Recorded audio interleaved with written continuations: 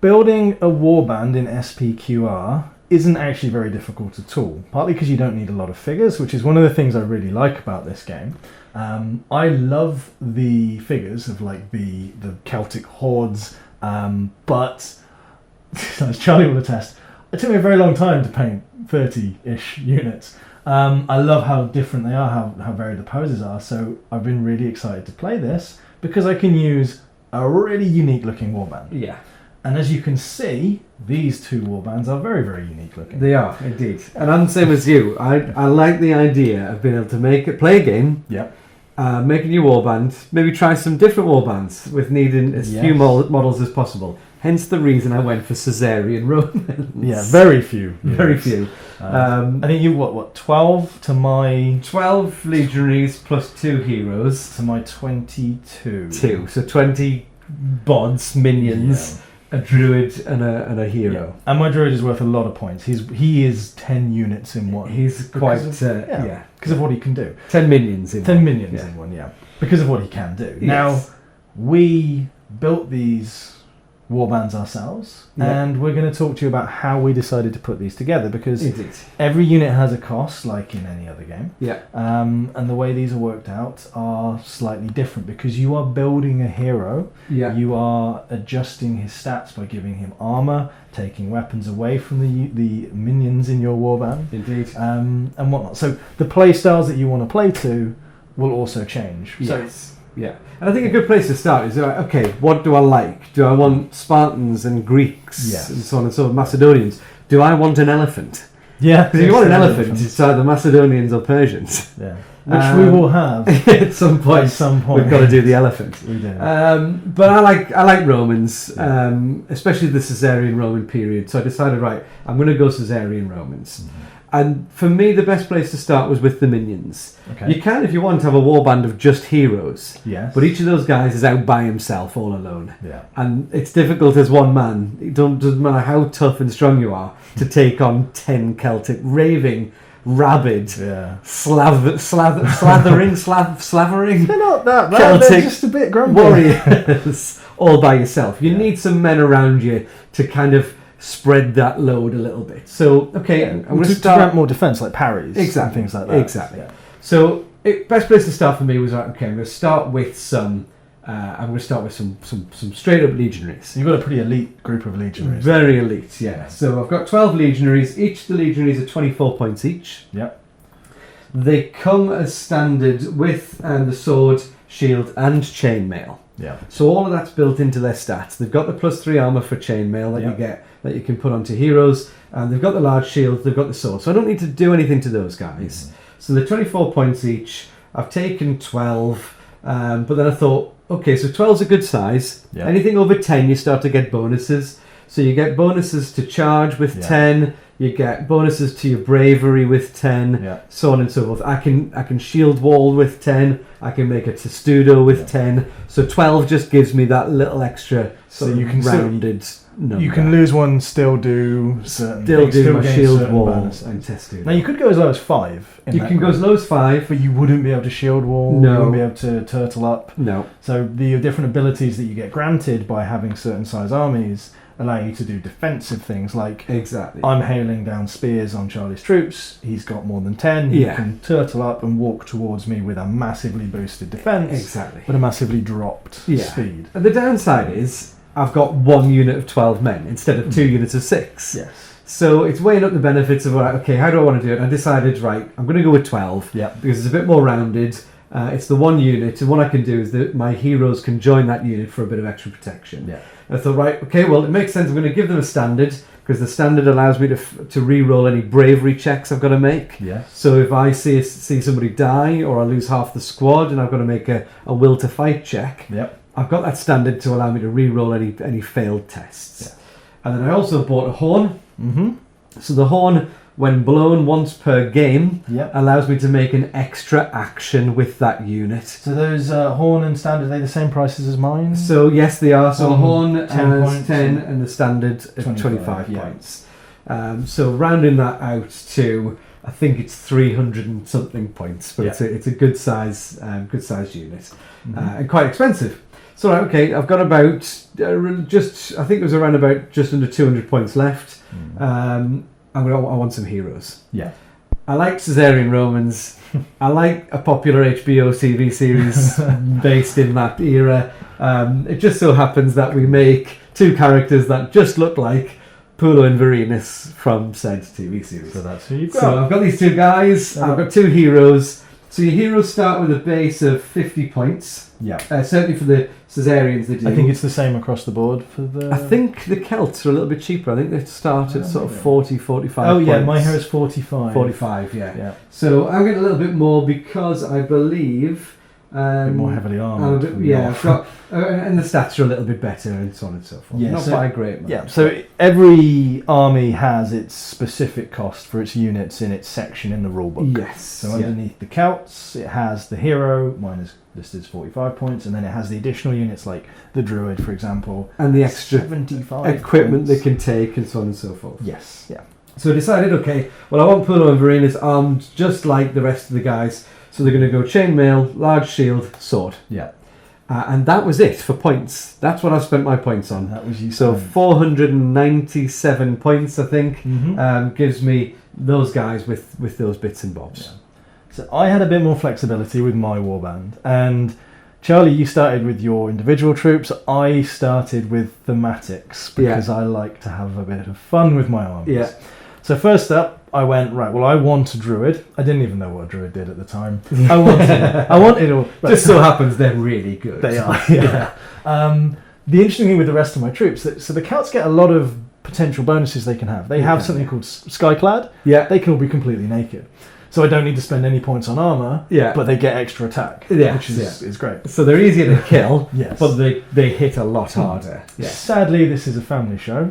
And Charlie wouldn't let me have an army. We're keeping the trousers on. Yeah. So they're wearing leather armour. So my base cost of my warriors is 9 points. Yeah. Which is significantly less than your 20. It is indeed, yeah. And it costs an extra 2 points, I think, to put leather armour on them. Yeah, they come with swords and shields though, don't they? That's built into their cost. So that gives me, each one has the ability to parry. Yeah. A blow away, so a blow that hits can be immediately rerolled. Actually, two parries per shield. So a large shield gives you 2 parries, a small shield gives you 1, and then your sword gives you an extra parry in combat. Yes. So from an yes, because you can parry projectiles. Yes, but only with shields. You can't swap arrows away with swords. No, I don't have any Jedis. There's no Jedis in this period. So the strength starts to come in with my larger numbers there. Yeah. That I have in a group of 10 in melee 30 parries. Yes, which is quite good. Which is very good. And I've got a lot of people, so I chose to spend a lot of my points on my heroes. So they're minimally equipped. I've got a group of 10 guys with javelins. Which so you paid for 2 javelins per man. So javelins are one-shot items. Yep. So once you've thrown them, that's it. It's gone. They're quite lethal. In fact, they're lethal 2 is a special rule, meaning they negate 2 points of my armour when they go through, which is always good. Yeah. So a group of 10 guys with spears, javelins to throw, and a group of 10 guys with just sword and board. Yeah. Who I've attached my druid, who costs 75 points, which is almost as much as the entire unit. And let's talk about the druid. So the druid's stats are pretty naff. Yeah, he's not going to hit anybody very hard. He can move 6. He has 0 range. Yeah. He gets 1 melee dice. Plus 1 in melee. Plus 1, 2 melee. No agility, so he can't climb over things. But he's very brave. He's brave. Yeah, very brave. Because they were no armor. The druids were just, completely psychotic. Yeah. No armor and 2 wounds. Yeah. So 2 wounds is good. He's a bit survivable. Yeah. He also increases everyone's bravery. Well, this is where his strength comes from. So, yes, when you attach him to the unit can use his bravery, which is plus 3. Your hero starts with a plus 2 bravery. Yeah. So I haven't had to put any extra points in my hero's bravery. No. In fact, I put my extra points in my hero, which we'll talk about in other stats. Yes. Yeah. But let's continue with the druid. So the druid's going to allow you to do 2 things. Yes. And I can't make my mind up which one's worse, but I'm going to go with the one that affects me to begin with. So at the beginning of the game, when you've got a druid, and for every druid that you've got on the table, you choose an enemy hero, and you pick a stat, any one of his stats, and it gets a -1. Yeah. So if I've got 2 dice in melee, and you go, right, you're losing a melee dice, I go down to 1 dice in melee. If I've got a bravery of 4, so I pumped all my extra points into bravery, you go, you're not that brave anymore, you're now bravery 3. Yes. So on and so forth. You can even make them slower You could say, right, -1 to your move. So instead of moving 5 inches, they're now moving 4 inches. Which could be really annoying. Really irritating. An army full of druids is what I will roll up There's a potential, yeah. So that's that. He also has a fantastic ability, which I will be making great use of, which is the unit that he's attached to gets to reroll all of the misses that they make on their first roll. In their melee, in their melee. So you can only reroll, you can't reroll a reroll, no. But when you throw in 30 dice on the charge, you get a second chance. You're going to get a second chance in any of those misses. So my hit rate potentially goes way up. It goes way up. Which is great. So the Druid is a fantastic, very cool, not costly character. Yes, very true. And it's worth noting that these warbands we're going to be using for our campaign play after we've had a few more practice skirmish games. Yes. So you will see how they fare and how they evolve. How they change, who dies. Because the Druid could die and he could be gone. You'll have to buy another one. Yeah, they're permanent wound tables and permanent adjustment tables, but there's also progress for the heroes. There is, yes. So let's talk about what skills you've given your heroes. Because the heroes have the option to choose from skill talents. You've got talents, So each of the heroes, when they first start at level 1, they get 2 talents. Yeah. You can start your hero at a higher level, it just costs extra points to do that. Yeah. But we've elected to start the heroes at level 1, and I've gone for a stabby one, and I've gone for a leader. You have, yes. Yeah. So Varinus, as we talked about, they get +2 stats. Yeah. So I can go +1 in 2 stats or +2 in 1 stat. I decided to give Varinus +2 in his bravery, taking his bravery from +2 to +4. Mm-hmm. So he's my leader. He's the one that's going to hold everybody together. Yeah. And then the talents I chose for him are in the Beloved by Fate tree. Mm-hmm. So the first thing he gets is Dicing with Fate. He's like a people's hero. That's the guy. He's a lucky guy. He survived. You know, he's outlasted Caesar. Yeah. So he's a pretty lucky guy.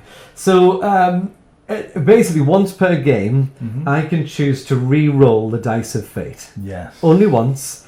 But if I'm looking for that double activation, or I just want to stop you from getting a double activation, we roll the dice, you win the dice off, I can go, right, I'm going to re-roll my dice. I want another chance at getting this. Yeah. Second re-roll. Very powerful. Counts. Very powerful. Really handy. Just that bit of a backup plan, just in case. And then I followed on that talent tree, and I've gone for Fate's Companion. So basically, when we roll the Fate of Dice, Dice of Fate, Fate of Dice.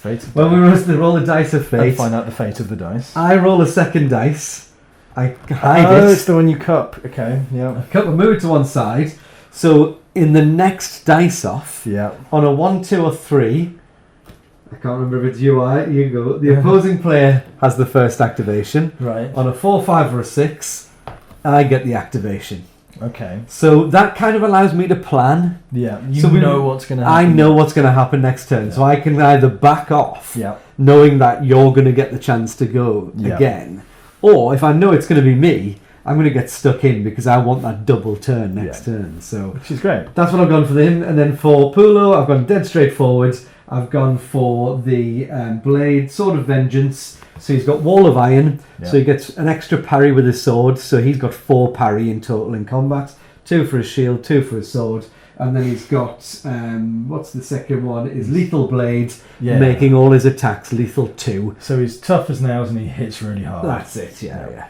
And that's dead straightforward, me done. And all that planning and all that remembering numbers and stuff, too much for me. Yeah. And again, sticking with my thematic, fearsome, aggressive warband, my guy has the skill tree or the talent of Hammer to Anvil, which allows him to do a couple of good things. So I get a lot of bonuses from charging with these warbands and getting additional dice if I charge in. So the first thing I get is something called Careless Charge, which allows me to double my movement and just double charge for a charge, which is impressive considering. So an action is a move is 6 inches, whether it's a charge or a move, it's 6 inches. So if you're 14 inches away from me, 2 move actions isn't going to get you close enough. But you could move and charge into combat. Even better, if I'm 8 inches away, I'm just outside of a normal charge. Now I'm not. Now you can charge me, we have a melee, and then you can use your second action with that unit to fight again. So we're very charged. Very aggressive. So we get a lot of attacks if we want. I'm nervous. And I'm going to put it out there now. And then to make things worse, Yeah. I have the Blood Drunk ability. Yeah.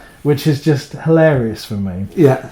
The second my hero takes a wound, or sees another hero die on the battlefield, Okay, that's he interesting. becomes blood drunk. Yeah. Yeah, so it's... Is that a friendly hero? No, or is that it's an enemy hero. Otherwise I'd get a cheap druid hero and run into him. So if you kill one of my heroes without taking any wounds, you still I get become to go blood drunk. Yeah, I go blood Right, drunk. okay. Blood crazy, yeah, blood drunk. Blood drunk does... It gives me an additional wound, Yeah. but I basically lose control of my character. Yeah. He loses his ability to parry anything, Yeah. but he doubles his attack dice. So instead of rolling the 4, because I put all my points into additional attack So dice, you want an extra dice. So you had Yeah. +2. He gets 2 attack dice to begin with. I get 8. You get 4 normally, and then 8 on blood drunk. Yeah, but Crazy. he has to move to the closest enemy and fight it every time he activates. Yeah. Bringing his warband with him. And something tells me that's not really going to bother you very much. No. So this is why my warband is feared. Yeah. Because it's led by a crazy leader. yeah. If he nicks himself on something, he just murders everyone. He's off. So I love the fact that he takes a wound, but then He just gets gets it one back. back, essentially. Gets extra So he goes from angry. 2 wounds to 3. Now, what would be really interesting to see how he progresses in a campaign. Yeah. Because if he starts to get extra stats and you can start adding He's gonna be- +1 wounds to him, which you're never going to do, I know what you're like. It'll be, I want an extra combat dice. Because now instead of 5, I'm rolling 10 on blood drunk. Yeah, I don't want him to have a bigger sword. Yeah, he's going to dump his shield because well, he's not interested in parrying. No. So I'm either going to go for a double-handed sword or I'm going to dual wield. That'd be fun. There's loads of stuff you can I have. really want fun to with it. kit bash the lovely new model. with the Well, you second can sword. always just have a Yes, second. I do. Yeah, you do. Yeah. Oh, that's a good idea. I'll just get another one. Yeah, get another one. Kit bash, have fun because every weapon has different stats. Yeah. So if you've got big axes, hammers, they've all got different abilities which do Yes, different yeah. things to you. Anything with a smasher rule Yeah. stops your opponent from being able to parry, and that's great against Romans. Yeah. So if you've got a hammer on your guy, Just crunching their shields into them. yeah, those shields are just worthless, and he's rolling 10 dice. Yeah. This could get really interesting over the length of a Basically, campaign. he's just going to sweep through an entire shield. that's it. Platoon. That's of it. Romans. Perhaps his hammer could be the standard on my Romans here. So you go right, okay, Yeah. I'm going to refashion that into a hammer for my I've got a really hero nice little boar-shaped one, and rather than my cow. Oh, a cow hammer would be entertaining. Yeah, I should have had an eagle really, but Yeah. I've got a boar and a sort of antelope type thing. and then a horn. Exciting. Yeah. So the other things I spent my points on were the standard bearers Yeah, and the horn. The Again, so horn. I get a double attack. you're going to get that extra action Yeah. once per game. and as that is well. in the troop that I'm attaching my leader to. Yeah, So not only can he double his charge distance to get into combat, he can then attack you and then blow the horn yeah. and attack And you attack you again. again. So I can get 3 attack It's actions. insane. So just to summarise, because we've gone on, we've So, talked yeah. about it, we've got excited. Let me blast through these 490 two forces. points-ish. Yeah. About 497 points. I've got 12 men with a standard and a horn. Mhm. The standard gives them the chance to reroll bravery tests. The horn gives them that extra action once per game. Mhm. I've got 2 heroes. One's a choppy hero who's going to do more damage or hit a lot easier. And the other one's the guy that's going to help me manipulate the turn sequences. You've then got 2 units of 10 warriors, all armed with shields and swords, so large shields and swords. Mhm. One unit has 2 javelins per man, Yep. so they're going to get a chance to shoot twice. Yep. You've then got the other unit, which is just bare bones, large shields, swords, 10 guys. You've stuck a standard and a horn in that unit, so they've got the extra action Yep. and the reroll of bravery tests. The other unit, you've got the standard in there for the reroll, Yep. and then you've got your druid, which is your buff/debuff, Yep. and then your hero, which is just a mad, blood-crazed, damage-dealing warrior. Yeah. Cool. This is the one. You came too close to my farms, and we came charging out. Yeah. And you're like, oh, wow, dear. Let's get stuck in then. Cool. Lovely. We're going to play another game. But that's how we built our warbands.